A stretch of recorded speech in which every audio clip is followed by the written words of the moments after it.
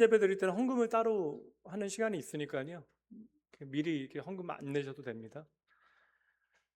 계시록 12장 3절로 6절까지 말씀 보도록 하죠.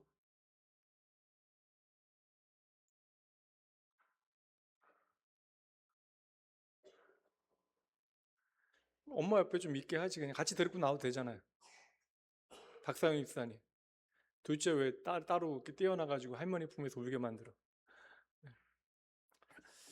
계시록 12장 3절부터 6절까지 말씀 볼게요. 제가 말씀 읽습니다. 하늘에 또 다른 이적이 보이니 보라, 한 큰 붉은 용이 있어 머리가 일곱이요 뿔이 열이라. 그 여러 머리에 일곱 왕관이 있는데 그 꼬리가 하늘의 별 3분의 1을 끌어다가 땅에 던지더라. 용이 해산하려는 여자 앞에서 그가 해산하면 그 아이를 삼키고자 하더니 여자가 아들을 낳으니 이는 장차 철장으로 만국을 다스릴 남자라. 그 아이를 하나님 앞과 그 보좌 앞으로 올려가더라. 그 여자가 광야로 도망하며 거기서 1260일 동안 그를 양육하기 위하여 하나님께서 예비하신 곳이 있더라. 아멘. 예, 소망의 책 요한계시록 37번째 시간, 세상을 다스리는 아이라고 하는 제목으로 함께 말씀 나누도록 합니다. 요한계시록 말씀이고, 이제 12장부터 13, 14장은 이제 최후 하나님의 심판 전에 요한이 마지막으로 보는 환상의 이야기거든요. 그래서 내용이 너무나 심각하고 무서운 이야기처럼 보이는 내용들이 많이 나오는데 안 되죠, 무서운 얘기는. 오늘 마침 또 제목이 제가 일부러 이렇게 맞춘 게 아니라 마침 이제 해산하는 여인, 그러니까 한 아이를 해산하는 여인 지난주 나눴잖아요. 그 이제 한 아기를 해산하는 여인이 마리아가 아니라 예수님, 그 주의 몸된 교회였다. 교회가 생명을 향한 잉태함이 하나님 은혜 가운데 언약의 말씀 가운데 주어지고 예수 그리스도를 이 땅에 잉태하여 하나님의 교회를 통하여 생명을 이 땅에 풍성하게 하셨다. 이거 나누었고, 오늘은 그 세상을 다스리는 아이, 다음 주에는 그럼 우리는 어떻게 세상을 다스려야 하는가, 적용편까지 함께 나누면 될 것 같아요. 사실 영화부나 유치부나 한 아이의 인생에 있어서 복음의 첫 시작이 되어지는 그런 중요한 시기잖아요. 그러니까 제가 오늘 유치부 아이들만 봐도 앞에서 찬양하고 율동하는데 이렇게까지 행복하게 애들이 찬양에 맞춰 행복해 하잖아요. 다들 너무나 뭐 나연이, 예린이 너무나 행복해 하길래 이렇게까지 애들이 이제 찬양에 맞춰서 행복하게 하는 게 이때가 마지막이 아닐까. 유년부만 올라가도 좀 달라지죠. 애들이 눈빛이 조금 달라지고 이제 초등부 되면 완전히 달라지고. 그래서 이게 어찌 보면 생명의 복음의 그 첫 시작, 최전선에서 다음 세대를 품고 어찌 보면 뜨거운 마음으로 복음의 씨앗을 뿌리는 우리 영화부 유치부 선생님, 그리고 교육자 여러분, 오늘 이 시간 우리가 계속 되어지는 말씀을 나누긴 하지만 오늘 말씀을 통하여 우리를 향한 하나님의 사명과 그 소명을 밝히는 귀한 은혜의 시간 되어지기 주님의 이름으로 축복합니다. 교사들은 좀 사명을 다시 한번 되새기는 시간이 되셔야 하고요. 성도님들께서는 영화부 유치부 성경학교 때 오셔서 함께 땀 흘리고 아이들 안아주시고 그러면 정말 좋겠지만, 막상 우리가 시간 내기도 쉽지 않고요. 또 체력 받쳐주지 않으시잖아요. 우리 권사님들 뭐 도관이 아프시고 막 어깨 아프시고 허리 아프시고, 게다가 여러분 말 안 통하는 아이들하고 영화부 아이들하고 또 유치부 아이들하고 이쁘긴 하지만 하루 종일 씨름하다 보면 우리 권사님들 며칠은 알아 눕게 되시게 뻔합니다. 그러니까 현장 사역, 성경학교 기간의 현장 사역은 이제 마음 굳게 먹은 교사들이 책임질 터이니까 여러분들은 함께 기도해 주시고 물질로 후원 잘해 주시면 돼요. 이게 정말 중요합니다. 그러니까 오늘 우리가 드려지는 헌금은 사실 매년 우리가 헌신 예배 드리면서 여름 사역을 위하여 우리가 헌금을 드리게 되어지는데, 여러분 이 시간 드리는 헌금은요 그냥 여름 사역을 위한 경비가 절대 아닙니다. 오늘 말씀대로 이야기하면 영어부 유치부 아이들의 영혼을 사탄의 입에서 건져내고 그 여름 성경학교라고 하는 영적 전투를 승리로 이끌기 위하여 우리가 하나님의 이름으로 드리게 되어진, 어떻게 보면 거룩한 어떠한 군자금이 아닐까, 전쟁 자금이 아닐까라는 생각도 해봅니다. 그러니까 직접 우리가 교육 현장에서 함께 뛰고 달리고 구르지 못하니까 우리 성도님들께서는 우리 다음 세대를 우리가 함께 책임져야 하는데 그 함께 수고의 현장에 땀 흘리지 못하더라도 내가 함께 하겠다라고 하는 귀하고 또 한편으로는 미안한 마음 담으셔서 오늘 기쁜 마음으로 두둑한 물질로 우리 교사 선생님들의 등을 또 교육 현장을 잘 도와주시면 됩니다. 오늘 헌금 못 드리시는 분들은 뭐 다음 주에 영화부 유치부 이름으로 드리셔도 상관없어요. 교회에서 그 모든 헌금은 여름 사역을 위한 교육 경비로 사용을 합니다. 어, 더 말씀드리진 않을게요. 오늘 말씀 이제 보도록 할게요. 우리가 지난 시간 12장에 등장하는 해를 옷 입은 여인과 그 여인이 낳은 아이에 대해서 우리가 함께 살폈는데, 지난주 설교 제목이 예수가 낳은 교회라고 하는 주제로 우리가 함께 살펴봤습니다. 우리가 이 여인을, 해를 품은 여인을 육신의 어머니 마리아로 로만 캐톨릭에서는 해석을 하죠. 그리고 사실 뭐 세상이 그렇게 이해하는 그러한 해석들이 많이 있습니다. 그런데 성경 전체의 맥락을요, 우리가 요한계시록 처음부터 우리가 살피다 보면 이 여인이 다름 아닌 교회, 이 생명을 잉태해야 되는 존재가 바로 교회라고 하는 사실을 우리가 깨닫게 되어죠. 그래서 요한계시록은 환상으로 시작이 되어지지만 다 처음부터 교회에 대한 이야기, 교회를 지키시는 예수 그리스도, 우리의 영원한 대제사장 되신 그분께서 우리의 삶에 이루신 모든 일들을 우리가 말씀을 통해서 하나하나 차근히 살펴오고 있는 것입니다. 그래서 여러분, 하나님을 떠난 인생의 그 황무함, 그리고 그 신음소리, 교회의 절박한 필요와 애통함 때문에 예수 그리스도께서 이 땅에 오셨죠. 그래서 성경 구속사적으로 교회가 예수를 낳았다라고 하는 놀라운 선언을 우리에게 들려주고 있습니다. 또 오늘 본문의 말씀에 보면 여러분, 해산의 수고라고 하는 것은 여러분 다 아시잖아요. 이 여인이 지금 아이를 낳기 위해서 너무나 고통스러워하고 있어요. 너무나 고통스러워 부르짖고 있습니다. 그러니까 이 부르짖는 여인의 모습이 바로 이 땅을 살아가는 저와 여러분의 현실이다. 이 현실 가운데 때로는 아파하고 괴로워하는 우리들의 고통의 그 부르짖음이 오늘 해산을 앞두고 있는 여인의 부르짖음과 같은 것이다. 동시에 이것은 여름 성경학교를 앞두고 태중의 아이를 품은 어머니의 심정으로 우리 아이들을 품고 기도로 씨름하고 있는 어떠한 우리 여름 사역을 위한 교사와 봉사자들의 영적인 현실이 아닌가라는 생각도 제가 잠시 해봤습니다. 제가 늘상 말씀드리지만 제가 설교를 준비할 때 뭐 통찰이라고 하는 것은, 인사이트는 새롭게 만들어지는 것이 아니라 저는 이 말씀에 담겨져 있는 하나님의 마음이 무엇일까에 대해서 되게 몰두하거든요. 그래서 우리가 성경을 읽을 때마다 그 문자와 행간에 담겨져 있는 우리가 하나님의 마음이 무엇인지를 읽어내야 돼요.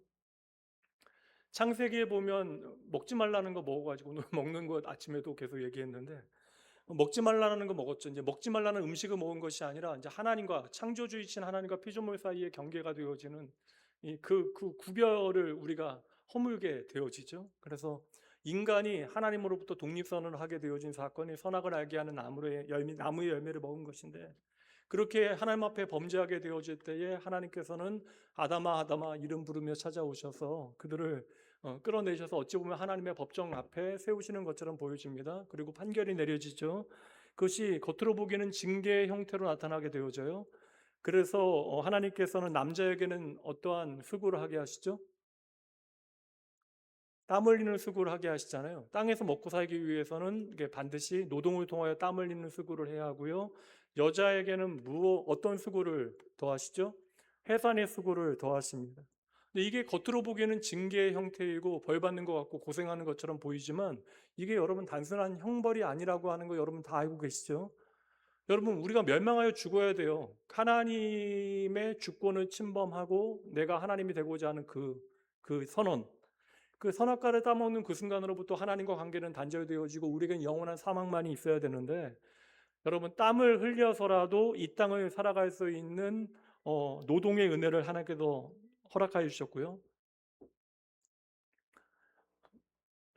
죄로 인하여 끊어질 인생에게 생명이 이어질 수 있도록 다시 하나님께로 돌아갈 수 있는 통로를 열어주신 거, 이게 바로 해산의 그런 은혜입니다. 그러니까 노동의 수고는 바로 노동의 은혜이다. 해산의 수고는 이 땅의 생명을 이어지게 하시려는 하나님의 해산의 은혜가 되어진다. 그래서 여러분, 그 하나님의 징계의 말씀을 통해서 성경은 우리에게 무엇을 보여주고 있어요? 하나님을 떠난 인생을 버리지 아니하신다. 죄인된 우리를 포기하지 아니하신다. 그러면 죄인된 저와 여러분을 어떻게 회복하시는가에 대한 내용이 바로 성경의 역사가 되어지는 것이고, 죄인된 우리를 다시 회복하시려고 하는 그 모든 하나님의 끈질긴 추격, 하나님의 사랑의 기록, 이게 바로 성경 내용이고, 이것을 우리가 두 글자로 좋은 소식, 복음이라고 부르게 되어지는 것이죠. 이제 요한계시록 12장부터 14장까지가 한 이제 묶음인데, 이 14장까지의 말씀이 끝나게 되어지면 이제 일곱 대접, 마지막 심판 앞에 인류가 서게 되어집니다. 그렇다면 왜 마지막 심판을 앞두고 하나님께서 12장부터 14장까지의 말씀을 기록해 놓으셨을까? 요한으로 하여금 이 환상을 보고 왜 마지막 일곱 대접의 심판을 쏟아 부으시기 전에 하나님께서 이 말씀을 기록하여 우리에게 전하고 계실까? 이것은 여러분 반드시 하나님의 마음이 이 안에 담겨져 있는 거예요. 무엇입니까? 너희들 내가 망하게 하는 거, 심판하는 거, 너희들 나로부터 끊어내고 영원히 버려두는 거, 이게 하나님의 마음이 아니라는 거예요.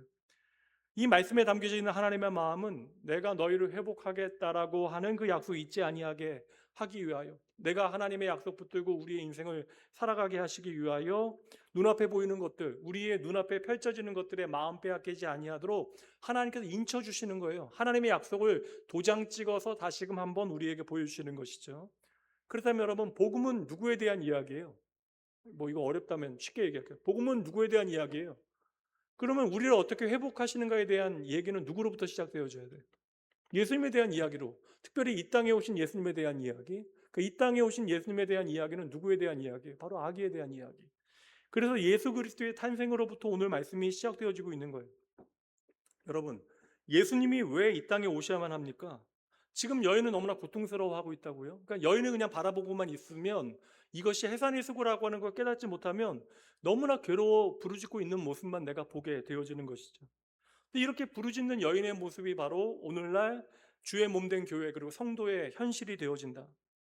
근데 사실 여러분, 하나님을 떠난 인생의 고통은 고통으로 끝나게 되어져요. 영원한 사망의 이야기로 끝나야 합니다. 근데 하나님께서는 우리의 모든 고통을, 신음을, 그 고통과 신음을 끝내시지 않는다라는 거예요. 그 고통을 고통만으로 하나님께서는 끝내시지 아니하신다. 그 모든 고통에 하나님께서는 의미를 담아 놓으셨다는 거예요. 하나님께서는 그 고통 가운데, 그 상실 가운데 하나님의 목적을 담아 놓으셨다는 것이죠. 그것이 바로 하나님의 소망의 이야기인데, 그 하나님의 소망의 이야기가 바로 누구에 대한 이야기? 예수님에 대한 이야기. 이 땅에 우리를 위하여 아기로 오신, 한 아기로 오신 예수님에 대한 이야기가 바로 복음의 시작이 되어지는 것입니다. 사랑하는 교사 여러분, 그리고 성도 여러분, 우리의 고단한 고통 끝에 우리가 다시 예수 그리스도 안에 거할 수 있다면, 예수님을 말미암아 하나님 앞에 나아갈 수 있다면, 우리는 세상 모든 것을 다 잃게 되어진다 할지라도, 다시 말하면 세상 가운데 우리가 어떠한 상실과 아픔과 고통을 경험한다 할지라도 우리는 모든 것을 얻게 되어지는 복된 인생임을 믿으시기 바랍니다. 그러니까 우리가 모든 것을 세상 가운데 다 잃어버린다 할지라도 우리는 주 예수 그리스도 안에서 모든 것을 얻은 자임을 믿으시기 바랍니다. 이 소망이 누구에게 가장 먼저 전해지고 있어요? 요한계시록을 첫 번째 읽는 초대교회 성도들, 이제 교회 안에 여러분 핍박이 시작되어집니다. 이전까지만 해도 유대인이나 뭐 그리스도인이나 차별이 없다라고, 차이가 없다라고 생각했는데, 기독교와 유대교가 분리되어지고 이제 기독교에 대한 많은 오해 가운데 교회를 향한 핍박이 시작되어지고 있다고요. 그러니까 이 눈에 보이는 핍박과 고통 가운데 흔들리고 있었던 초대교회 성도들에게 절대적인 소망이 필요했고, 그리고 이 소망은 초대교회 성도들에게만 필요한 것이 아니라 어찌 보면 사실 이 시대의 눈에 보이는 현실 가운데, 아까 뭐 유치부 광고 보니까 항해, 뭐 표류, 그리고 이 시대의 흐름, 뭐 그런 이야기 앞에 나오던데, 이러한 현실 가운데 오늘날 교회 학교와 이 여름 사역을 위하여 헌신하는 교사 여러분들에게 가장 필요한 것이 무엇일까? 저는 바로 우리 주 예수 그리스도의 복음이 아닐까. 우리가 그래서 요한계시록을 통하여 이 복음의 핵심을 우리가 발견하지 못한다면 우리의 눈에 먼저 보이는 것은 무엇이겠습니까? 짐승이겠죠. 666표, 마지막 전쟁의 아마겟돈, 최후 심판, 뭐 14만 4천, 이 숫자들만 우리의 눈에 들어오게 되어질 거예요. 그리고 이러한 숫자와 눈에 보이는 것들이 만들어내는 것은 우리 안에 두려움과 불안을 만들어내겠죠. 오늘 본문은 어떠한 내용을 우리에게 들려주고 있냐면, 고통의 현장이에요. 해산의 수고를 하고 있는, 아파하고 있는 한 여인이 등장하고 있는데, 하나님께서 이 땅을 어떻게 다스리시는가, 그리고 우리는 이 땅을 어떻게 살아가야 하는가, 이걸 오늘 말씀을 통해서 우리에게 보여주고 있는 거예요. 오늘은 하나님께서 이 세상을 다스리시는 원리를 중심으로 우리가 이 세상을 어떻게 살아가야 하는가? 다음 주에는 이 원리를 가지고 하나님의 백성으로 어떻게 살아가야 하는 것 자체를 우리가 좀 다시 자세히 좀 살펴보도록 할게요. 오늘 말씀에 보면 3절에 사탄의 세력을 상징하는 또 다른 표적이 등장하는데요. 3절 말씀 읽어보도록 할게요. 여러분 읽어주세요. 시작.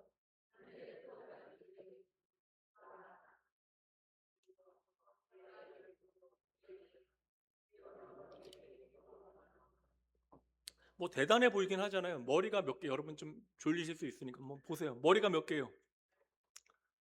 7개. 뿔은 몇 개예요? 10개.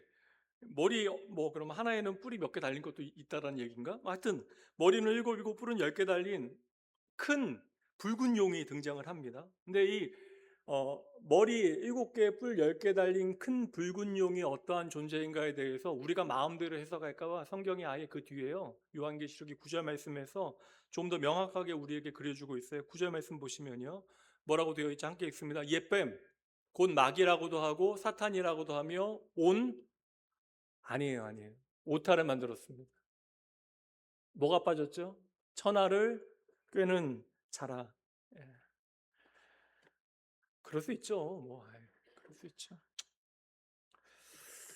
어, 큰 이 붉은 용이 어떠한 존재인가를 우리에게 보여주고 있는 거예요. 옛뱀, 마귀, 사탄. 그리고 하는 일은 무엇입니까? 온 천하를 꿰는 자, 사기치는 자, 거짓말하는 자. 그러니까 성경은 굳이 이제 창세기에 나왔던 옛뱀에 대한 존재를 가장 먼저 우리에게 설명하고 있어요. 그럼 여러분, 오늘날 주의 몸된 교회와 성도들을 뒤흔들어 놓고 괴롭히고 있는 사탄의 정체가 여러분 갑자기 등장하게 되어지는 것이 아니라 아주 먼 옛날 어디로부터 시작되어진 거예요, 여러분? 인류의 역사가 시작되어진 에덴 동산으로부터 하나님의 백성을 미혹해 온 바로 그 존재이다. 그러니까 이 옛뱀이 바로 이 큰 용이 붉은 용이 바로 아담을 유혹하였던 그 에덴 동산의 뱀 사탄이었다. 많은 사람들이 여러분 이거 요한계시록 해석하면서 특별히 이제 극단적 세대주의에서는 7머리와 10뿔, 그래서 예전에 뭐 지금 유엔 전신이었을 때에 그때 뭐 유엔 이제 가입하게 되어지는 그런 과정들을 살피면서 이제 유럽 공동체가 바로 그 붉은 용이다. 그리고 뭐 미국이다, 중국이다, 막 다양한 이야기들이 계속 되어져 오고 지금도 그래요. 구체적인 국가나 어떤 세력들, 뭐 그리고 교황이다, 뭐 그런 이야기들이 계속 되어지고 있습니다.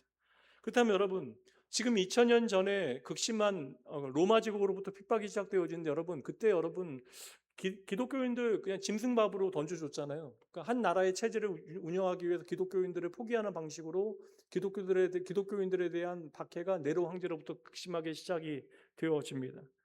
그때 여러분 그러한 고통, 무지막지한 그런 그 핍박의 역사 가운데 놓였던 초대교회 성도들이 자기도 알지 못했던 유엔이나 뭐 중국, 뭐 미국, 뭐 그런 이야기들로 이 말씀을 통해 위로를 받을 수 있었겠는가? 이거 절대 말이 안 되는 얘기잖아요.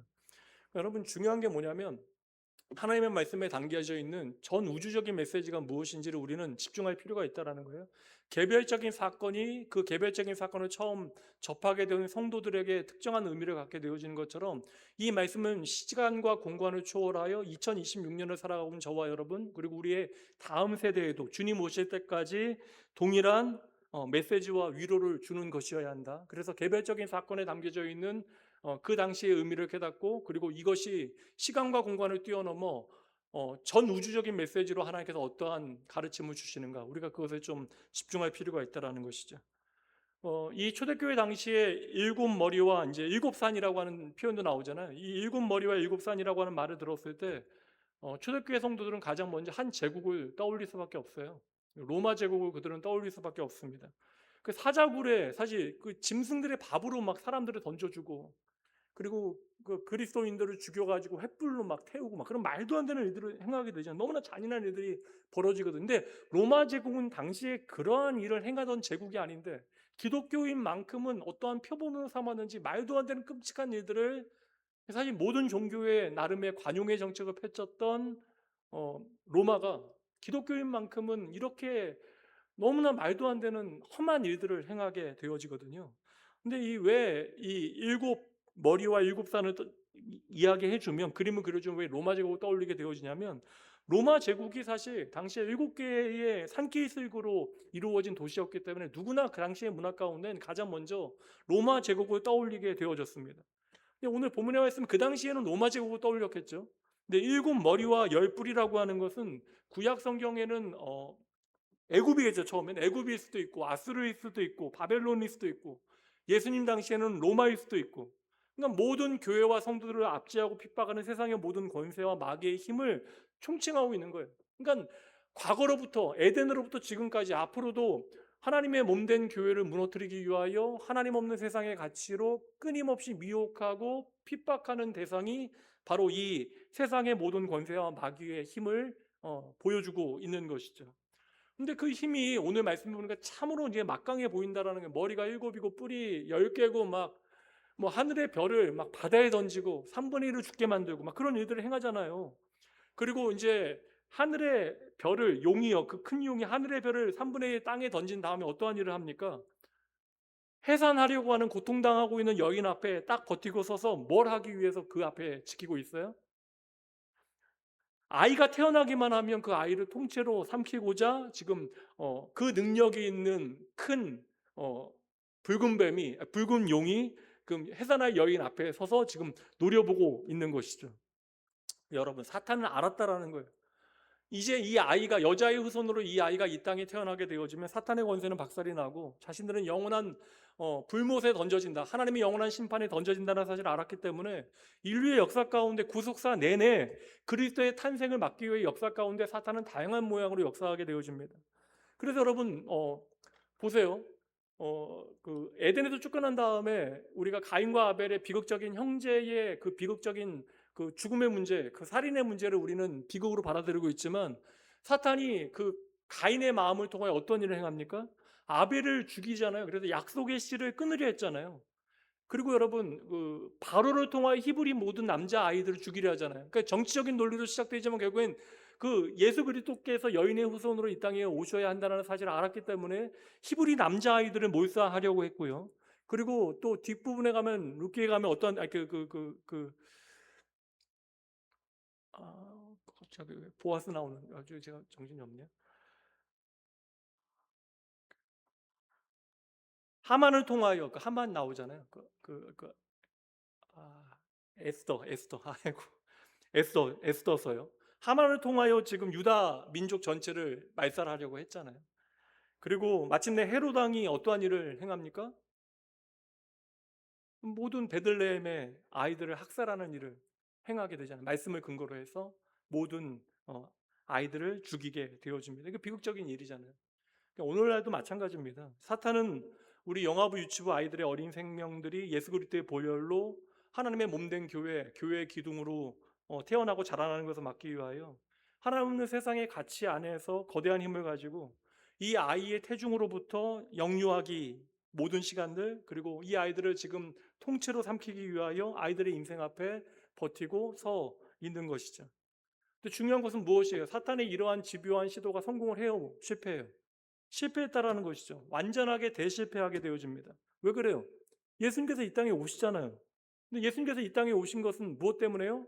하나님께서 이미 아담에게 보여주신 하나님의 선포하신 언약이 있기 때문에, 그 언약의 말씀을 하나님께서 친히 성실하게 이루어 내셨기 때문에 사탄의 그 집요한 시도는 실패하게 되어진 것이죠. 그래서 사탄이 아무리 여러분 우리를 두렵게 만드는 세상의 힘을 가지고 다 동원하여 가로막는다 할지라도 하나님의 약속의 말씀은, 그 언약은 한치의 오차 없이 성취되어진 것처럼 예수 그리스도께서 오늘 이 땅에 오시어 죽으시고 부활하심을 통하여 오늘 하늘의 보좌에서 오늘도 이 땅을 다스리고 계심을 여러분 믿으시기 바랍니다. 이거 오늘 우리에게 보여주고 있는 거예요. 그러니 여러분, 하늘에서 오늘도 당신의 선하신 계획 안에서 이 땅을 당신의 권위로 다스리고 계시는 우리 주 예수 그리스도를 바라보지 못하면 눈에 보이는 현실 가운데 두려워하는 거예요. 우리 자식을 어떻게 키워야 될까? 이 시대에 우리는 이 아이들을 어떻게 지켜내야 할까? 이런 것도 맨날 염려하게 되어지는 것이죠. 그러니 오늘도 신실하신 하나님께서 교사들의 눈물로 심은 영아부 유치부 아이들을 통하여 하나님의 영광을 드러내시되, 무엇보다 아이들의 영혼을 사탄의 입에서 반드시 건져내실 줄 믿으시고 우리 여름사에게 최선을 다하시는 우리 교사 여러분들 되시길 주님의 이름으로 축복합니다. 설렁설렁 하시면 안 돼요. 우리가 내년에도 교사로 동일하게 봉사하게 되어질지 어떻게 합니까? 그리고 오늘 우리가 만나게 되어지는 금년 2026년에 만나게 되어질 그 아이에게 심으실 하나님의 놀라운 은혜의 이야기가 우리가 최선을 다하지 못함으로 아이의 마음에 가닿지 못한다면 이거 얼마나 안타까운 일이 되어지는 거예요. 그러니 예수 그리스도께서 모든 구원을 완성하시고 이제 하늘의 보좌에 앉아 계시다라고 말씀하고 있잖아요. 하늘의 보좌에 앉아서 오늘 말씀해 보니까 이 아이가 큰 용도 실패하잖아요. 하늘의 별 3분의 1을 땅에 던져 버리는데, 그래서 3분의 1을 멸절시키는데, 그러한 권세에 있는 이 붉은 용 사탄이 아이 집어삼키겠다고 자리 지키지만 그게 실패한다고요. 결국 이 땅에 오신 예수 그리스도께서는 모든 구원을 완성하시고 하나님 보좌의 우편에 앉아 계셔서 오늘 말씀해 보니까 철장 권세, 쉽게 얘기하면 새 몽둥이를 드시고 하늘과 땅을 다스리고 계신다라고 말씀하고 계시는 것입니다. 그러면 이 철장 권세를 가지고 하나님께서는, 그러니까 예수 그리스도께서는 교회된 저와 여러분을 오늘 보호하신다. 우리 영화부 아이들, 유치부 아이들을 지키고 보호하신다. 자라나게 하신다. 이 말씀에 우리가 아멘할 수 있지만 이 말씀을 우리가 아멘하고 나서 우리의 마음 안에 드는 어떠한 정직한 의문이 하나 있어요.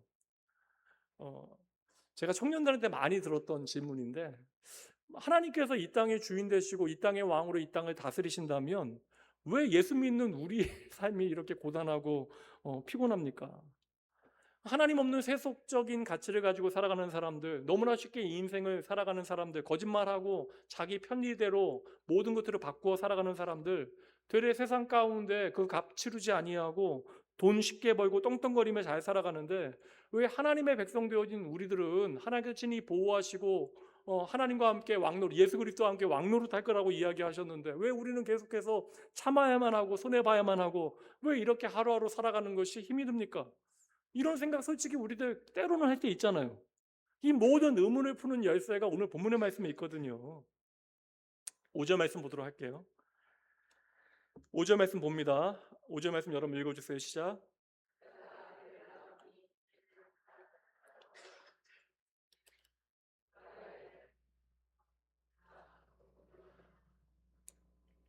아주 흥미로운 말씀이에요. 이 철장 권세를 가지고 이 아이가 이 세상을 다스리게 되어지는데, 하늘 보좌에서. 근데 이 아이가 가지고 있는 이 철장 권세, 이 권세는 세상 어디서도 우리가 찾아볼 수 없는 힘과 권력이 되어진다. 그러니까 이게 세상 만물을 다스리는 그 우리 주 예수 그리스도를 향하여 오늘 성경이 사용하고 있는 단어가 재미있어요. 그러니까 세상을 철장 권세를 가지고 다스리실 그 존재를 오늘 한 존재로 설명하잖아요. 뭐라고 이야기합니까? 아이래, 아이요. 여러분, 아이, 아이. 이게 헬라어로 테크논이라고 하는 단어인데 이거 아주 어린 아기, 힘없는 존재를 의미하는 단어거든요. 그럼 여러분 보세요. 만왕의 왕이신 예수 그리스도께서 이 땅을 하나님의 보좌에서 철장을 가지고 다스리신다. 근데 왜 만왕의 왕 되신 예수 그리스도의 통치를 우리에게 보여주는데 성경은 왜 보좌 위에서도 이 예수 그리스도의 다스림이 어린아이로 설명이 되어지고 있을까? 심지어 앞부분에 보면 예수 그리스도를 사자라고 이야기했는데 보니까 우리의 눈은 어떻게 보여요? 다 잊어버리셨죠. 어린 양으로 보이잖아요. 그것도 피 흘리는 어린 양으로 보이잖아요.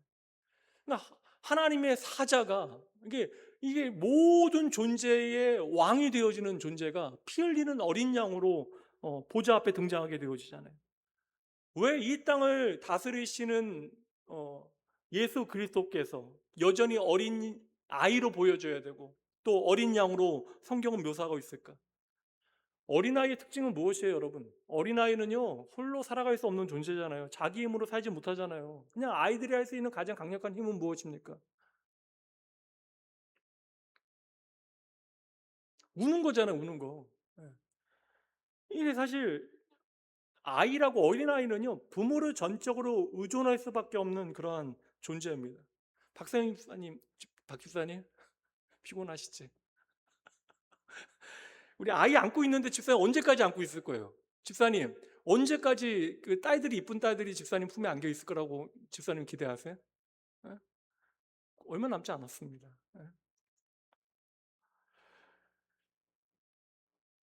근데 이 아이일 때는 여하튼 엄마 아빠 전적으로 내가 의지하고 사랑하는 나의 전부가 되어주는, 그러니까 아이들에게는 부모는 우주와 같은 존재이거든요. 근데 오늘 예수님을 향하여 성경이 아이라고 표현하고 있다고. 세상을 다스리시는데 예수님이 아이이십니다. 그럼 예수님께서 이 땅에서 이제 구원을 위하여 행하시는 모든 사역은 이 어린아이와 같은 사역이다. 오직 아버지이신 하나님만을 전적으로 의지하고 신뢰하고 당신의 삶을 살아가심을 이 아이라고, 테크논이라고 하는 단어를 통하여 보여주고 계시는 거예요. 그러니까 예수님께서는 이 땅에서 자신의 권세와 능력을 과시하지 않으신다고요. 이게 사실 공생애를 시작하실 때, 사탄의 시험을 받으실 때에도 오직 하나님의 말씀으로 그 모든 시험을 승리하신 것처럼 예수님께서는 나에게 주어진 그 권세를 세상의 방법으로 드러내지 아니하시고 오직 하나님께서 이끄시는 대로만 순종하고 충성하셨던 분이 바로 예수 그리스도. 그를 통하여 이 땅에 당신의 구원을 이루신 분이 바로 예수님이시라는 것이죠. 그러니까 이 세상을 통치하시는 원리를 설명하기 위하여 오늘 테크논, 어린 아이라고 하는 단어를 사용하고 있는 거예요. 그러니까 예수님의 철장 권세라고 하는 것은 여러분과 제가 생각하는 세상의 방법처럼, 세상의 왕들처럼 그 철장 권세를 가지고 나보다 힘없는 사람들을 쉽게 얘기하면 이렇게 억압하고 짓밟고 군림하는 그러한 독재자의 칼과 같은, 몽둥이와 같은 그러한 권세로 사용되어지는 것이 아니라, 이 어린아이의 손에 들려있는 이 철장 권세라고 하는 것은 하나님 아버지를 향한 전적인 순종과 자기를 내어주는 섬김과 사랑의 통치가 되어지는 것이다. 이를 통하여 저와 여러분의 구원을 이루셨다. 그렇다면 다음 주 말씀은 어떻게 이어질 것을 여러분은 이미 아셔야 되는 거예요. 그렇다면 여러분, 이제 마지막 중요한 내용으로 넘어갈 터인데, 이 하나님의 나라의 통치의 원리를 가지고 오늘 저와 여러분의 인생을 좀 비춰볼 필요가 있습니다. 성경은 분명 저와 여러분에게 예수 그리스도와 함께 왕노릇한다, 우리는 영원히 예수 그리스도와 함께 왕노릇할 것이다 라고 선언하고 있어요. 이미 우리는 예수 안에서 왕노릇하고 있대요. 이런 말씀이 너무나 많이 신약 성경에 등장하지만 두 구절만 보도록 할게요. 계시록과 로마서 말씀 보도록 합니다. 계시록 5장 10절입니다. 그들로 우리 하나님 앞에서 나라와 제사장들을 삼으셨으니 그들이 뭐라고요? 땅에서 왕노릇 하리로다 하더라. 로마서 5장 17절. 한 사람의 범죄로 말미암아 사망이 그 한 사람을 통하여 왕노릇 하였은즉 더욱 은혜와 의의 선물을 넘치게 받은 자들은 함께 있습니다. 한 분 예수 그리스도를 통하여 생명 안에서 왕노릇 하리로다. 우리는 예수 그리스도와 함께 이 땅에서 영원히 왕노릇하게 되어진대요. 감사하잖아요. 그런데 우리가 도리어 이 말씀에 낙심하는 순간들이 있다라는 거예요. 우리가 우리 주 예수 그리스도와 함께 영원히 왕노릇해야 되는데 당장 말씀드린 대로 우리의 현실을 바라보게 되어지면 한숨이 절로 나오는 거예요. 야, 예수님과 함께 우리가 이 땅에서, 이 세상에서 이미 왕노릇하고 있다라고 이야기하고 있는데 이렇게 왕노릇하는 우리의 처지를 보니까 너무나 좀 때로는 이게 죄송합니다, 구질구질한 것처럼 보이고 무기력하게 보여진다는 것이죠. 그러니까 오늘 우리의 현실이 만약에 정말 예수님과 함께 왕노릇하는 거라면 이렇게 영원히 왕노릇한다라고 하는 거 참 염려가 되어지거든요. 그러니까 이것을 우리가 오늘 우리의 어떠한 낙심의 이유로 삼게 되어지는 순간들이 있다라는 것이죠. 여러분, 왜 그런데 우리가 이 왕노릇에 대해서 헷갈리는지 아세요? 우리가 생각하는 왕노릇이라고 하는 단어를 우리가 하나님의 말씀이 성경에서 찾는 것이 아니라 어디서 찾아요? 세상의 삶의 현장, 세상의 국어사전 안에서 우리가 왕노릇이라고 하는 단어를 찾고 있기 때문에. 세상에서 왕노릇이라는 건 뭐예요? 남의 위를 올라가서 군림하는 거, 경쟁에서 승리하는 거, 힘을 쟁취해내는 거. 그래서 여러분, 위에서 아래를 바라보는 거, 이게 왕노릇이라고 하는 이해가 우리 안에 있잖아요. 그런데 하나님 나라의 왕노릇은 전혀 다르다라는 거예요. 오직 아버지의 뜻에 순종하는, 철저하게 복종하는 그 순종의 왕, 그리고 나를 죽여 이웃을 살리는 사랑과 용서와 화평의 왕, 샬롬의 왕, 이게 바로 예수 그리스도께서 이 땅에서 왕노릇 하시는 방법이었다. 그러니까 예수님께서 어떻게 왕노릇 하셨는가? 말씀에 순종하심으로, 결국 십자가에 죽임당하심으로. 그러므로 우리가 예수님과 함께 이 땅에서 왕노릇하는 저와 여러분의 오늘날의 왕노릇은 어떠하여야 하는가? 세상의 힘을 더 많이 가져서 우리가 우리의 인생의 자랑을 강화하는 방식이 아니라 예수님과 함께, 예수님과 같이 우리가 이 세상을 섬기고 사랑하고 용서하는 방식으로 세상을 다스릴 때 우리는 주님과 함께 왕노릇하게 되어지는 것이죠. 그래서 제가 늘상 말씀드리지만 우리가 세상에서 성공하는 것에 대한 좀 두려움이 있어야 돼요. 그러니까 정말 정직하게 하나님 앞에 나를 돌아보아 내가 옳은 방법을 통하여 내게 주어진 것들을 감사히 얻어내고 누리는 것 귀한 일입니다. 그리고 중요한 것은 성공한 그 다음에 내게 주어진 힘을 어떻게 내가 사용해야 되는가, 내게 주어진 자원들을 우리가 어떻게 사용해야 하는가에 대한 고민이 준비가 있어야 돼요. 안 그러면 여러분 도리어 그 권세와 힘이 저와 여러분을 망가뜨리는 수단이 되어지는 것입니다. 사실 제가 신해산에서 황금송아지에 대한 말씀 좀 나누고 말씀 마무리한 다음에 하반기에는 사실 산상설교 말씀 좀 나누어 보려고 했는데 제 마음에 하나님의 로드맵 설교 조금 더 나누고 싶은 마음이 있어서 내년도 주제로 좀 나누어 볼까 생각을 하고 있어요. 괜찮아, 괜찮아. 어, 어, 뭐 이렇게 서글펐니? 그, 저 무슨 얘기했죠, 갑자기? 원래 설교하려고 했는 게 산상설교 원래 보통 이 정도 되면 시작하려고 했는데 그거 이제 금년 말이나 아니면 내년도 정도 설교하면서 우리가 이 땅에서 하나님의 나라의 법을 가지고 왕노릇하는 것이 무엇인가에 대해서 좀 구체적으로 좀 살펴보려고 생각을 하고 있습니다. 그 중요한 건 뭐냐면 우리가 거듭났다면 거듭난 삶의 방식이 필요하다는 거예요. 거듭났다라는 것은 새로운 가치를 가지고 살아간다는 거잖아요. 그러니까 적어도 우리가 예수를 믿는 우리가 예수 믿지 않는 사람들이 꿈꾸는 그러한 어떠한 소망 그리고 그들이 바라보는 복과는 다른 개념을 우리가 좀 가져야 한다라는 것이죠. 우리가 이것을 산상설교 처음에서 확인하게 되어지는데 우리가 흔히 이야기하는 8가지 복, 팔복이라고 하는 말씀에 보면 예수님께서 아예 선언하시는 것이거든요. 이렇게 하면 너희가 복 있다라는 것이 아니라 너희는 이미 복 있는 사람들이다라고 이야기하면서 복 있는 사람들이 어떠한 사람인가에 대해 설명하시잖아요. 이 세상 가운데 힘 있고 능력 있는 사람들, 많은 것들을 누리는 성공한 인생이 아니라 가장 먼저 뭘 이야기해요? 세상에서 복 있는 사람은 뭐라고 이야기해요? 팔복이요, 여러분. 심령이 가난한 자, 애통하는 자, 온유한 자. 심지어 이 말씀이 누가복음 말씀에서 보면 그냥 그 절대적인 결핍을 경험하게 되어지는 자, 그리고 한없이 눈물을 흘리는 자, 온유한 자, 의에 줄이고 목마른 자, 화평하게 하고 도리어 의를 위하여 박해받는 자. 이거 말도 안 되는 건데 우리 식으로 생각하면 세상의 기준으로 이야기하면. 근데 이게 진짜 복된 삶이다. 이 세상에서 왕노릇하는 삶이다. 이거 적어도 여러분 한 가지는 기억하셔야 돼요. 이렇게 살아야 하나님께서 저와 여러분의 인생을 인정하신다. 그러니까 제가 제일 안타까운 게 뭔지 아세요, 여러분? 여러분들이 아무리 내가 이렇게 사는 게 옳다라고 이야기한들 하나님이 아니라 하면 예수 믿는 우리에게는 아무런 의미가 없는 거잖아요. 그러니까 제가 아무리 여러분 제가 가지고 있는 가치대로 살아가는 것이 옳다라고 생각하고 그 가치를 위하여 제가 최선을 다하여 살아간다 할지라도 하나님께서 우리에게 보여주는 가치가 아니다 이야기하면 거기서 멈춰야죠. 그게 여러분 믿음입니다. 그러니까 내 가치를 더 이상 주장하지 않는 거, 내 생각을 주장하지 않는 거, 내 경험을 주장하지 않는 거, 이게 여러분 믿음이라고요. 근데 예수님께서는 끊임없이요 세상의 가치와 다른 성공의 원리를 끝없이 사랑하는 것, 용서하는 것, 손해보는 것, 참아내는 것. 그러니까 세상의 힘의 원리와 다르게 이 세상은 절대적인 힘의 원리에 따라 세계관에 따라 움직이고 있는데 우리는 도리어 이러한 세상 사람들이 말하는 그러니까 이상적으로는 좋다 이야기하나 절대 자기들은 살아가지 않는 바보 같은 삶, 그렇게 고난과 환난의 삶을 스스로 선택하는 그 자리에 저와 여러분이 서게 되어진다. 그래서 목회자인 아버지를 두었음에도 불구하고 하나님을 만나지 못하였던 니체는 뭐라고 이야기합니까? 예수 그리스도의 십자가의 길, 모든 제자들의 그 길은 노예의 윤리이다. 노예들이 선택할 수밖에 없는 나약한 그런 윤리이다라고 이야기하는 거예요. 그래서 우리조차 때로는 세상의 목소리에 마음 빼앗기게 되어져요. 세상의 가치에 우리가 속아 넘어가서 예수 믿는 게 이렇게 힘들면 믿기 싫어요라고 하는 말도 안 되는 이야기들을 하며 하나님을 원망하게 되어지는 것이죠. 우리는 이미 구원받아 이 땅에서 하나님의 나라의 가치를 가지고 복 있는 자로 우리 인생을 살아가고 있는데 그 복된 우리의 정체성을, 우리의 자존감을 우리는 놓치고 살아가는 것입니다.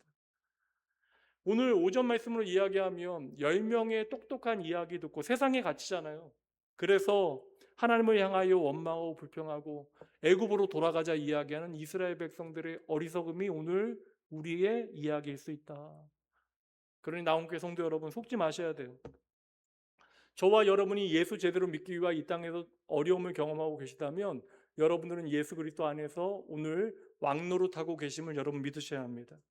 우리가 조금 억울하고 힘든 시간이 있다 할지라도 하나님께서는 저와 여러분으로 하여금 이 모든 시간을 통하여 하나님을 더 사랑하게 하시고 이 세상을 더 귀히 여기게 하시고 이 땅의 생명의 원리를 흘러가게 하시고 우리의 오래 참음과 용서와 사랑을 통하여 하나님의 통치의 원리를 이 땅 가운데 온전히 아름답게 흘러가게 하시는 하나님이심을 믿으셔야 돼요. 이것이 우리가 세상을 이기는 증거가 되어주는 것입니다. 예수님께서 이 통치의 원리를 친히 마태복음 말씀에서 우리에게 말씀해 주셨는데요. 이 말씀 보면 좋을 것 같아요. 마태복음 18장 3절입니다. 마태복음 18장 3절 진실로 너희에게 이르노니 너희가 돌이켜 함께 읽습니다. 어린아이들과 같이 되지 아니하면 결단코 천국에 들어가지 못하리라. 그러니까 이게 여러분 보세요. 이게 하나님 나라에 들어가는데 우리 어떤 다른 의지나 노력을 지금 말씀하고 있는 게 아니잖아요. 우리가 이미 복음을 알고 있잖아요. 우리가 어린아이와 같이 하나님의 말씀에 순종하는 삶을 살지 않으면 우리는 이 땅 가운데 하나님의 나라를 누릴 수 없다라는 거예요. 하나님과 함께 왕노릇할 수 없다라는 것입니다. 이 땅에서 천국을 살아갈 수 없다라는 거예요.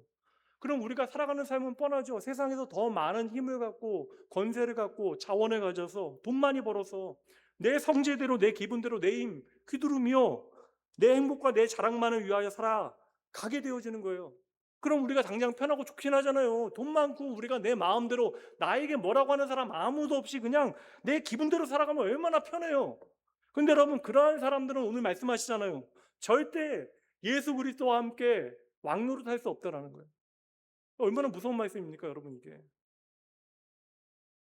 오직 아버지가 시키시는 대로 순종하며 나를 비워 내 안에 예수 그리스도께서 살아 계시는 것으로 내 인생을 살아 드리게 되어질 때 그 예수라는 오늘 말씀의 어린아이가 우리의 삶에 동일한 모양으로 하나님의 나라를 누릴 수 있도록 일하신다라는 것이죠. 여러분, 저는 여름 성경학교를 준비하며 우리 교사 여러분들 또 나온교회 성도 여러분들이 이 하나님 나라의 통치 원리, 이 어린아이와 같은 순종을 좀 배우셔야 한다. 우리가 좀 열심히 준비해서 행사를 잘 마치는 것도 중요합니다. 성과를 만들어내는 것도 중요하죠. 근데 한 사람의 인생에 대한 이야기고 하나님의 나라의 장구한 역사에 대한 이야기잖아요. 우리가 이 가운데 해야 되는 것이 무엇이겠어요? 우리의 바른 선택을 통하여 하나님의 나라의 그 다스림의 원리가 우리의 삶을 통하여 증거되어질 수 있다면, 그래서 우리가 보다 하나님 보시기에 아름다운 하나님의 자녀답게 자라날 수 있다면 이게 여러분 얼마나 귀하고 복된 일이에요. 이제 차근히 오늘 설교 한번 정리해 보도록 하겠습니다. 그러니 우리가 해야 되는 일이 무엇인가? 좀 제대로 어린아이 같이 우리의 인생을 좀 살아가야 한다라는 거예요. 하나님 아버지에 대한 절대적인 좀 의존이 우리의 삶에 더욱더 깊어져야 된다. 나 혼자서 잘하는 것처럼, 내가 다 할 수 있는 것처럼, 내가 다 아는 것처럼 우리의 인생을 살아가는 것은 절대 지혜로운 일이 아니다. 도리어 예수 믿는다는 건 뭐예요? 자기를 부인하는 거예요. 세상의 가치를 이제 버려두는 것입니다. 세상 이야기 좀 안 해야 돼요. 세상의 힘에 대한 이야기 안 해야 돼요. 그래서 저는요, 교회가, 목회자가 세상의 자랑이 성도의 자랑인 것처럼 얘기하면 솔직히 좀 배가 좀 뒤떨어집니다. 말이 안 되는 얘기는 하는 거거든요. 하나님께서 정말 예수 믿는 저와 여러분이 세상에서 잘 되는 것이 가장 중요한 목적이었다면 여러분, 나군교회 여러분들 다 잘 되셔야 돼요. 성공하셔야 됩니다. 하나님께서는 다양한 인생의 자리에서 우리의 삶에 벌어지는 모든 일들을 통하여 하나님의 결국 목적은요, 우리가 어린아이와 같이 하나님 절대적으로 의존하고 내가 아무리 많은 것을 가진다 할지라도 하나님 없으면 살 수 없다라고 하는 진정한 고백 드리는 거예요. 이 고백 제대로 드리고 우리는 하나님 나라 가야 됩니다. 안 그러면 하나님 앞에 절대적으로 부끄러움을 경험하게 되어질 거예요. 이건 장담합니다.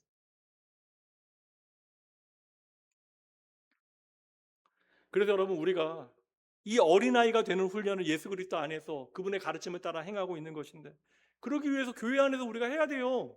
내 어깨에 좀 힘을 빼는 일들을 해야 됩니다. 그리고 하나님의 힘으로, 하나님의 원리로 우리의 인생을 살아가는 방법들을 배우셔야 돼요. 이거 열심히 하기 위해서 말씀 사역자가 있는 것이고 교회 안에 다양한 섬김의 자리들이 있는 것이잖아요. 그래서 저는 제일 감동적인 장면이 예수 그리스도의 십자가인데, 겟세마네 언덕에서 예수님 그러니까 하루 전에 십자가를 지시기 전에 예수님께서 하나님 앞에 겟세마네 언덕에서 드리셨던 기도 있잖아요. 가능하면 내가 이 길을 걸어가기 얼마나 그게 고통스러운 길인가를 주님께서 아셨기 때문에, 하나님과의 절대적인 단절이라고 하는 것이 무엇인가에 대해서, 죄의 그 문제가 무엇인지에 대해서 아셨기 때문에. 그런데 예수님께서 마지막에 하셨던 결정적인 겟세마네 언덕에서의 기도가 무엇이에요? 고백이, 아버지요, 나의 원대로 마옵시고 아버지의 원대로 하옵소서. 그러니까 저와 여러분의 인생은 어떠한 인생이어야 돼요? 싫은 거 너무 많죠. 힘든 거 너무나 많죠. 우리를 낙담케 하고 우리를 버겁게 만드는 인생의 이야기들 많죠. 그런데 결국 우리가 드려야 되는 고백은 무엇이에요? 아버지, 그래도 아버지는 가장 선하시니 내 뜻대로 하지 마시고 아버지 뜻대로 하옵소서. 그러니까 이 고백을 진짜 내 삶의 고백으로 만드는 과정, 삼는 과정, 이게 신앙의 과정이라고요. 그러니까 예수 믿는 사람이 계속해서 교만하다, 계속해서 남들 용납하지 못하고 사랑하지 못한다, 이거 여러분 좀 심각한 문제예요. 이거 한 달란트 가진 땅에 묻어놓은 그 어리석은 그러한 일꾼과 동일한 삶의 이야기가 되어지는 것입니다. 여러분, 천국은요, 우리가 원하는 것들이 다 이루어지기 때문에 행복한 곳이 아닙니다. 천국은요, 하나님 때문에 우리가 행복해지는 자리가 천국이에요. 나 때문에 다른 사람들이 행복해지는 것이 바로 하나님의 나라가 되어지는 것입니다. 그래서 하나님께서는 우리를 복으로 삼으셨잖아요. 복의 근원으로 우리를 부르시어 우리를 통해 다른 이들을 복되게 하는 일들을 하나님께서 이 땅에서 행하시겠다. 그래서 우리가 해야 되는 일은 내 힘을 빼는 거예요. 다른 이들에게 정말 하나님의 생명이 흘러갈 수 있도록 가장 낮은 자리에 내려가는 거예요. 그것이 으뜸이 되어지는 길이라고 주님께서 우리에게 끊임없이 가르치고 계시는 것이고, 가장 낮은 자리에서 하나님과 함께 주 예수 그리스도와 함께 왕노릇하는 것이 바로 하나님의 나라임을 믿으시기 바랍니다. 역사 가운데 기독교가 세상에 힘을 주고 세상을 바꾸려 했던 시도들이 있잖아요. 세상의 권력과 힘을 가지고요, 역사를 바꾸어 보겠다는 무브먼트들이 있었어요. 다 실패했습니다. 아닌 거 가져와 보세요. 저에게 세상의 종교가 힘을 가지고 여러분 이 세상을 어떻게 정복해 보려고 했던 모든 시도들, 여러분 역사 가운데 다 실패했다고요. 제가 대학 다닐 때요, 그때가 이제 기독교 세계관에 대한 그냥 가장 어떻게 보면 원론적인 마지막 단계의 공부를 하던 시기였어요. 90대 초반이. 그때 여러분 제가 기독교 세계관 공부하면서 신공훈 교수님 조교까지 해가면서 문화 번역에 대해서 제가 꿈꾸고 있어요. 그때에 제가 만났던, 감동받았던 한 사람이 있어요. 아브라함 카이퍼라고 하는 사람입니다. 그 사람은 신학자인데 또 정치가로서, 그러니까 정말 대단한 신학자인데 또 정치가로 네덜란드의 수상까지 되어졌던 사람이에요. 근데 이 아브라함 카이퍼가 네덜란드의 수상이 되어질 때 여러분 내각 12명이 다 목사였습니다. 정말 정치 잘했어요. 그럼 여러분 네덜란드가 지상낙원이 되어졌는가? 그 정치 권력을 가지고 세상을 변화시켰는가? 여러분 정말 가슴 아프게도요, 그 시절에 네덜란드는요 전 세계에 여러분 최고의 포르노 제국이 되어줍니다. 성적으로 가장 문란한 일들을 그 시대에 사람들이 만들어내요. 여러분 세상의 어떠한 힘과 권력으로도 인간을 변화시킬 수 없다는 가장 이상적인 구조를 가지고도, 시스템을 가지고도 여러분 이 세상은 변화되어질 수 없어요. 하나님의 나라는 이루어질 수 없습니다. 오직 누구 안에서만, 예수 안에서만 이 땅에 하나님의 나라가 완성되어지면 여러분 믿으셔야 돼요. 그 우리가 해야 되는 일은 무엇입니까? 우리의 시선을 돌려서, 세상으로부터 우리의 시선을 돌려서 십자가에 높이 달려 계신 예수 그리스도를 바라봐야 하는 것이죠. 세상을 구원하기 위하여 오셨건만 이 세상은 예수 그리스도를 부인해요. 철저한 조롱과 핍박, 심지어 그분을 향하여 침뱉고 뺨을 때리는 말도 안 되는 일을 예수님께서 친히 당하시면서 묵묵히 침묵 가운데 십자가에서 돌아가실 때 마지막으로 외치신 그 멋진 선언이 무엇입니까? 다 이루었다. 인류의 역사를 바꾸어 놓은 소망의 메시지, 생명의 메시지잖아요. 다 이루었다. 여러분 보세요. 이 땅의 구원자신 예수 그리스도께서 다 이루었다라고 하는 이 세상의 소망이 되어지는 메시지를 세상의 가장 높은 왕자에서 선포하신 것이 아니라 어디에 선포하세요? 십자가에서 죽어가실 때 그 말씀을 선포하셨다고요. 우리가 우리를 자꾸 비우고, 힘든 일이잖아요. 오늘 말씀처럼 어린아이처럼 가장 낮은 자리에서 절대적인 하나님 아버지를 내가 신뢰하게 되어질 때 우리 안에 하나님의 나라가 완성되어짐을 여러분 믿으셔야 돼요. 이게 쉽겠냐고요. 제가 이게 너무나 어렵다는 걸 깨달아요. 목사인데도 날마다 여러분 제가 말씀 읽습니다. 날마다 기도합니다. 이제는 목사로 영혼들을 책임지게 되니까 예전에 안 했던 금식도 해요. 제가 먹는 거 엄청 좋아하는데. 하나님의 나라를 이 땅 가운데 살아내는 건 여러분 고되고 힘든 일이에요. 우리가 왜 안 그러겠어요? 폼 잡고 싶죠? 멋지게 가고 싶죠? 근데 왜 하나님은 끊임없이 저와 여러분을 낮추십니까? 천국의 원리가 뭐예요? 나를 죽여 하나의 미랄과 같이 다른 이들을 살리는 원리, 그를 통하여 나를 복되게 하신 하나님의 은혜를 깊이 고백하는 그 믿음의 삶. 오늘 본문의 말씀 6절에 보면 이 땅을 살아가는 교회의 현실을 보여주고 있어요. 보세요. 이거 다음 주에 좀 자세히 살필 터인데 6절 읽어보죠. 그 여자가 광야로 도망하며 거기서 1260일 동안 그를 양육하기 위하여 하나님께서 예비하신 곳이 있더라. 그러니까 우리의 인생이 광야와 같을 때 그 광야의 시간은요, 출애굽기 말씀도 마찬가지, 다 마찬가지예요. 이 모든 시간은 뭐 하는 시간이에요? 도망한 것처럼 보이지만 광야로 도망간 그 시간 뭐 하는 시간이에요, 여러분? 양육하시는 시간. 광야 같은 우리의 인생을 하나님께서 우리를 양육하시는 양육 과정이 되어지는 것입니다. 이 땅은 우리가 영원히 살 집이 아니라고요. 그러니까 여기서 여러분 좋은 집 산다고 여러분들 나와 내 자녀의 미래가 보장되는 것 절대 아닙니다. 여러분, 이 땅은 우리가 영원히 살 집이 아니라 잠시 거쳐가는 훈련소가 되어지는 거예요. 군대 갔다 오신 분들은 다 아시겠지만 훈련소 내무반에 내가 부자라고, 아버지가 부자라고 거기에 뭐 수백만 원짜리 수천만 원짜리 명품 가구도 가져다 놓는다고 무슨 의미가 있겠냐고 여러분. 내가 내 각계 전투 훈련받게 되어지는데 명품 구두 신고 여러분 훈련 받는다는 게 무슨 소용이 있겠냐고요. 우리는 그렇게 이 땅에서 하나님의 나라에 구원받은 하나님의 백성으로 하나님 나라의 시민권을 가지고 훈련병으로 나그네로 하나님 나라 소망 갖고 이 땅에서 천막 치고 그렇게 살다가 하나님께로 가는 인생입니다. 그래서 그 일을 아브라함이 창세기에서 하잖아요. 천막 치고 돈 그렇게 많은데도 날마다 천막 치고 거두는 삶을 살아갑니다. 출애굽기 광야의 이스라엘이 날마다 장막 치고 거두는 그러한 인생을 그들이 하나님 앞에 살아가게 되어진다고요. 그러니 여러분, 이거 여러분 이런 말씀드리면 아휴 목사님 또 고되고 힘든 말만 한다. 이게 하나님의 말씀이 아니면 저도 전하지 않죠. 지금 여러분 인생의 훈련의 과정이 조금 고되어서 남몰래 눈물을 흘리는 분들 이 자리에 계실 수 있잖아요. 왜 없겠어요, 여러분? 근데 누구도 다 그럴 수 있어요. 누구도 뭐 원로 목사님, 뭐 저도 뭐 우리가 존경하는 장로님들, 권사님들 다 마찬가지입니다. 목사로서 감히 여러분들에게 선포합니다. 하나님의 나라의 그 훈련의 과정 가운데 우리가 남몰래 눈물을 흘리게 되어진다면 여러분 도리어 기뻐하십시오. 우리 인생의 훈련이 고되다라는 것은 우리가 그러한 훈련을 감당할 수 있다라는 사실을 하나님께서 아시기 때문에 우리에게 허락하시는 은혜예요. 우리가 그 모든 일들을 능히 이겨낼 것을 하나님께서 믿으시고 인정하시니까 그러한 훈련의 과정을 오늘 지나가게 하시는 것입니다. 이렇게 고된 인생의 양육의 과정을 지나가면서 우리는 세상의 그런 무장들, 세상이 자랑하는 것들을 그 껍질들을 하나씩 해제하게 되어지는 것이죠. 내가 하나님 앞에 나의 힘으로는 하나님 앞에 나아갈 수 없는 불가능한 존재라는 사실을 깨닫고 내가 예수 그리스도의 십자가만을 나의 유일한 소망 삼고 그 앞에 엎드리게 되어질 때 내 안에 계시는 예수 그리스도께서 저와 여러분을 영원히 살게 하시는 줄 믿으시기 바랍니다. 그런 십자가 앞에서 여러분 안 돼도 열심히 나를 좀 계속해서 비우는 연습을 하셔야 합니다. 열심히 좀 용서해 보시고 열심히 사랑해 보세요.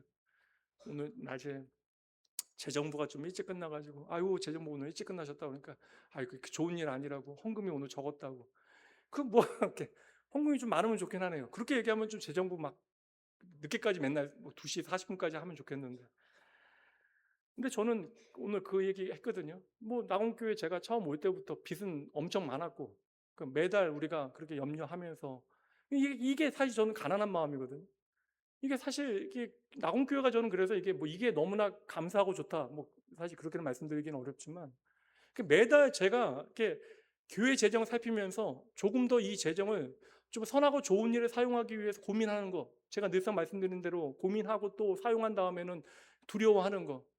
선교지에 돈 보내고 막 교회 미자립 교회 보낸 다음에 우리 교회 그 뭐 이자 갚는데 빵꾸 나면 어떡하지? 뭐 그런 걱정하고 있는 거, 염려하고 있는 거. 전 그 모든 것들이 좀 감사하다는 생각하게 되어질 때가 있어요.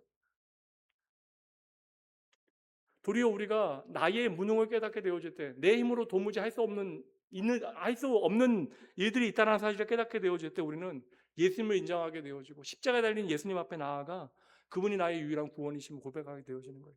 그러니까 우리는 도망갈 때가 있다고요. 십자가에 주님께 도망가면 되잖아요. 십자가 예수님 앞에 내가 실패했습니다. 하나님, 내가 오늘도 넘어졌습니다. 그러니 하나님 나를 좀 도와주세요. 그리고 그 십자가 앞에서 흘리는 눈물만이 우리를 진짜 하나님의 나라의 왕으로 빚어낼 줄 여러분 믿으셔야 돼요. 천상병 시인의 시 전 정말 좋아하고, 장례 때도 제가 이렇게 믿음을 신실하게 사는 장례, 그 우리 믿음의 선배들 하나님 나라로 이제 환송할 때 제가 자주 이 시의 마지막 구절 이야기하곤 합니다. 천상병 시인의 그 말처럼 이 세상 소풍 끝내는 날 나 하늘로 돌아가 하나님 앞에 참 아름다웠다 고백할 수 있는 그 영광스러운 십자가의 길이 여러분의 삶에 있고, 그리고 어린아이처럼 순종하며 그 십자가의 길을 묵묵히 걸어가는 하나님 인정하시는 진짜 왕 같은 성도들, 그리고 낙원교회 주일학교 교사들 되어지길 주님의 이름으로 간절히 축복합니다. 기도할게요. 하나님 아버지, 오늘 영아부 유치부 교사 헌신 예배를 통하여 우리를 교회의 가장 영광스러운 자리, 다음 세대를 양육하는 영적 군사로 불러주셨음을 이 시간 깨닫게 하시니 감사합니다. 큰 붉은 용이 입을 벌려 우리의 어린 생명들을 삼키려 하는 이 악하고 음란한 세대 가운데 세상의 헛된 가치관과 힘의 논리에 우리 아이들 빼앗기지 아니하도록 우리 교사들의 영적인 눈을 밝혀 주시옵소서. 큰 붉은 용과 같은 세상의 권세와 힘은 우리를 압제하고 오늘 낙심하게 만들지만, 진짜 만국의 왕이신 예수님께서는 도리어 전적인 순종과 섬김의 철장 권세를 가지고 오늘도 이 세상을 구원하고 계심을 믿습니다. 하나님, 세상의 화려한 어떠한 제도와 프로그램으로 한 영혼이 바뀌어질 수 없음을 저희도 믿사오니, 오직 교사들이 먼저 주님 앞에 철저히 약해지고 어린아이처럼 순종하며 십자가의 사랑으로 무장되어질 수 있도록 하나님 친히 역사하여 주시옵소서.